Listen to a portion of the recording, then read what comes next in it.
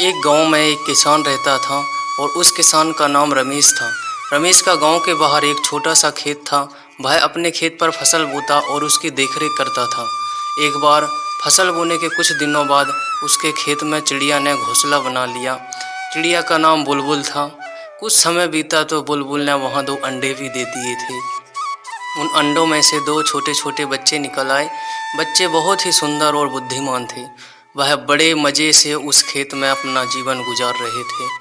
कुछ महीनों बाद फसल कटाई का समय आ गया। गांव के सारे किसान अपने खेतों की फसल कटाई में लग गए। अब बुलबुल और उसके बच्चों का उस खेत को छोड़कर जाने का समय आ गया था। एक दिन खेत में चिड़िया के बच्चों ने किसान को कहते सुना कि कल मैं फसल की कटाई के लिए अपने दोस्त को पूछूंगा और उसे खेत में भेजूंगा। यह सुनकर चिड़िया के बच्चे परेशान हो गए। उस समय चिड़िया कहीं बाहर गई हुई थी। जब वो वापस लौटी तो बच्चों ने उसे किसान की कही बात बताई। माँ, आज हमारा यहाँ अंतिम दिन है। रात में हमें यहाँ से दूसरे स्थान के लिए निकलना होगा। चिड़िया ने उत्तर दिया, इतनी जल्दी नहीं बच्चों, मुझे नहीं लगता कि किसान का दोस्त कल यहाँ आएगा और खेत में कोई कटाई होगी। चिड़िया की कही बात सही साबित हुई। दूसरे दिन किसान का दोस्त खेत में नहीं आया और फसल की कटाई नहीं हो पाई। शाम को किसान खेत में आया और खेत को जैसे कहो तैसा देखकर बड़बड़ाने लगा कि ये दोस्त तो नहीं आया। ऐसा करता हूँ, कल अपने रिश्तेदार किसान को भेज देता हूँ। चिड़िया के बच्चों ने फिर से ये बात सुनी और परेशान हो गए और अब चिड़िया को उन्होंने ये बात बताई तो वो बोली, तुम लोग चिंता मत करो, आज रात हमें यहाँ से कहीं जाने की ज़रूरत नहीं है। मुझे नहीं लगता कि किसान का रिश्तेदार यहाँ खेत में आएगा और फसल की कटाई करेगा। ठीक वैसा ही हुआ। किसान का रिश्तेदार अगले दिन खेत में नहीं पहुँचा। चिड़िया के बच्चे हैरान थे कि उसकी माँ की कही गई एक एक बात सच कैसे साबित हो रही है।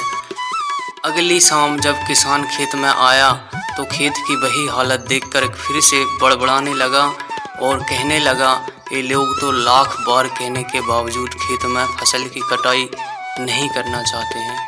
कल मैं खुद आकर फसल की कटाई शुरू करूँगा। चिड़िया के बच्चों ने किसान की ये बात भी सुनी।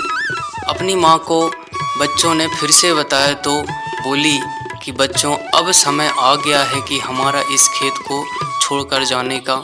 हम आज रात ही खेत को छोड़कर दूसरी जगह चले जाएंगे। दोनों बच्चे हैरान थे कि इस बार ऐसा क्या हुआ जो माँ खेत छोड़ने के लिए तैयार हो गईं। उन्होंने पूछा तो चिड़िया बोली, बच्चों, पिछली बार तो किसान कटाई के लिए दूसरों पर निर्भर था, लेकिन इस बार ऐसा नहीं है। इस बार उसने ये जिम्मेदारी अपने कंधों पर ले ली है, इसलिए वो ये काम ज़रूर करेगा। और उसी रात चिड़िया और उसके बच्चे खेत से उड़ गए। पास के एक पेड़ पर जाकर अपना घोंसला बना लिया और चिड़िया की बात फिर से सही साबित हुई। किसान ने दूसरे दिन फसल की कटाई करनी शुरू कर दी। इस कहानी से हमें यह सीखने को मिलता है कि दूसरों की सहायता लेने में कोई बुराई नहीं है, लेकिन अगर आप चाहते हैं कि आपका काम समय पर शुरू हो और समय पर ही पूरा हो जाए तो उस काम की जिम्मेदारी आपको स्वयं लेनी होगी। दूसरे भी उसी की मदद करते हैं जो अपनी मदद करता है, इसलिए दूसरों पर निर्भर होने से अच्छा है आप अपनी जिम्मेदारी खुद निभाएं।